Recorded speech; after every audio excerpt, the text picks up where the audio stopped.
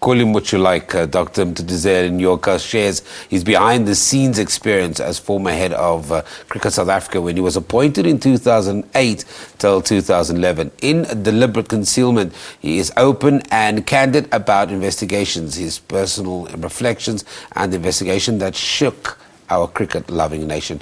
Doctor, thank you very much for joining us here. Good morning. Good morning, sir. Is it fair to say, I mean, I want to talk about the book, but you're writing about a part of your life. It's not a complete memoir. No. But it shook the foundation of South Africa, cricket, sport, how people saw the game, even people's love. It questioned their love for the game. Yeah. Well, it shook the foundations of my life as well, because I was plagued by so many emotions and sentiments. Anxiety, fear. There were threats, reports of threats on my life. I had to continue to be a doctor. I had to continue to be a father. I had to continue to be a leader. But quite rightly so, I think it was a significant event in cricket. It was a significant event for sport.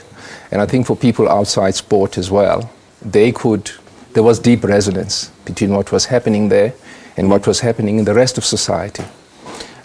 South Africa is plagued by corruption. Leaders who put their interests before the interest of their own followers, their own people. Shepherds who don't tend to their flock anymore. We're betraying ourselves, we're betraying our history, we're betraying our children. And I think each one of us has got a responsibility to play a part to change that. You not only looked at the internal cricket issues, but you also focused on the IPL and the bonus saga around that. One of the things that a lot of people don't know, and I was quite fascinated to find out, that you had this very public, very adversarial relationship with Gerald Majola after all of those issues. But you actually grew up with Gerald Majola. You guys were friends. You knew each other's families. You had history before you became enemies. Yeah. I've known Gerald and his family for over 50 years. There was a time when they lived right across the road from us. We played backyard cricket together. We played backyard rugby. We played soccer together. We fought, loved, and he is a significant part of my life. And I'm a significant part of his life. When his brother Kaya Majola was dying of cancer, Kaya was sick for over 2 years. Almost every day after work, I left my practice and I went to visit him. Over 2 years every day. And I've never done that for any other human being.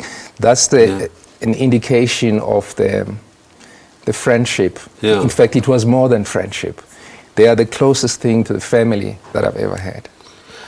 You talk about the loss of many things, and maybe before we talk about that, I just want to talk about this process, because it took you 2 years to write this book. There was a moment in your life, and you also reflect about your involvement in it, and at what point you needed to stand up. And it was not only about the internal mechanism that was Cricket South Africa, but it was the loyalty that you owed to South Africa, to the public. When did that dawn on you, that you were going to be the person that was going to stand up and say, you know what, hold on guys, we need to call for an investigation, we need to have those that were wrong, they need to be punished? At what point did you decide that you were going to do that, and what was that conversation like with your family before you went public?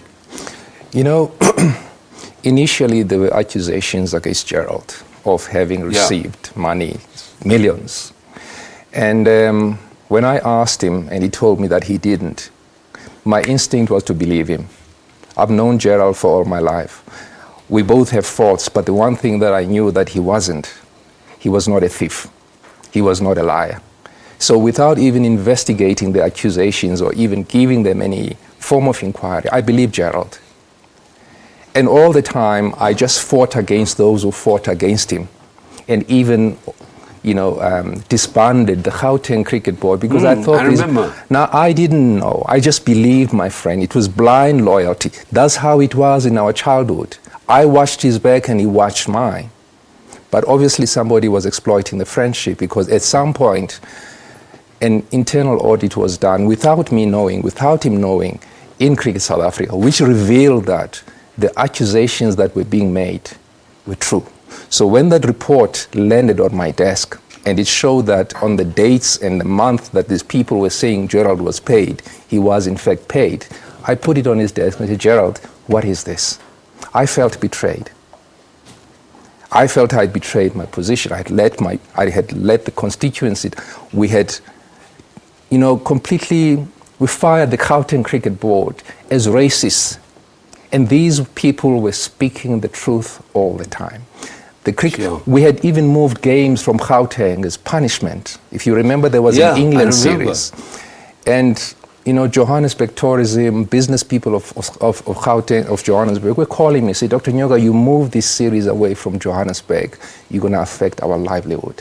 And I was so arrogant and so rude towards them, because I was defending my friend, because I believed that he was speaking the truth.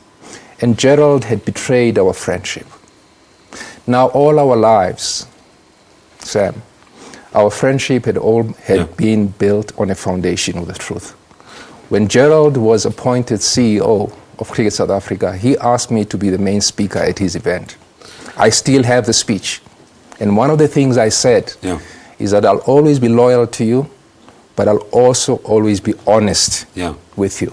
Doctor, unfortunately, we've run out of time, but I urge everybody to go and get this book, and it's really an insider's perspective. You can even see it on the jacket of the book. Author, surgeon, a former Cricket SA boss, Dr Mtutuzeli Nyoka, sharing his insights in a compelling read that you absolutely have to get. And it talks about one of the biggest moments in our sporting history. It's called Deliberate Concealment. Go and get it. It's available in all good bookstores.